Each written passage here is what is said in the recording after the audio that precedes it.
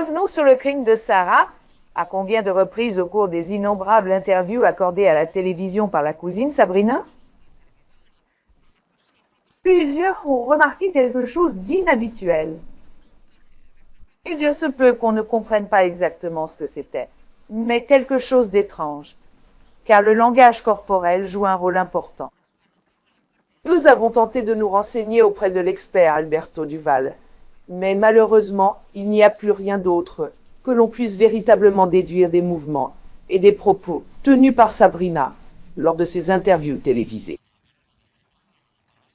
Nous interrogeons le docteur Antonio Luce, psychologue expert en langage du mensonge, sur cet extrait d'interview d'Hilaria Cabo à Matrix Complicité.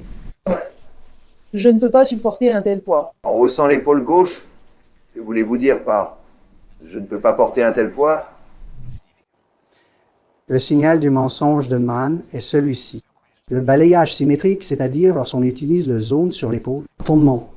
Donc, elle hausse l'épaule sur la complicité et sur le fait qu'elle ne pourrait pas supporter un poids si lourd. D'après les emails, dans cet extrait, Sabrina affirme que son père ne les a jamais abusés.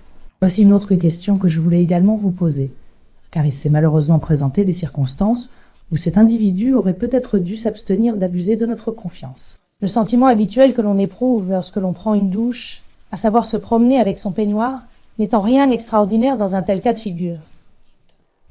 Nous trouvons la protagoniste qui se touche les cheveux et la nuque à 2 reprises de cette façon lorsqu'on parle de l'abus.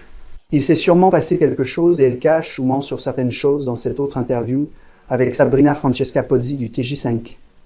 Laissez-moi vous poser une question importante. Je n'ai jamais douté. J'ai toujours pensé que c'était quelqu'un de l'extérieur. Dans ce cas, selon Paul Ackman, le renforçateur yoga jamais de jamais, yo représente précisément un état d'anxiété. Point.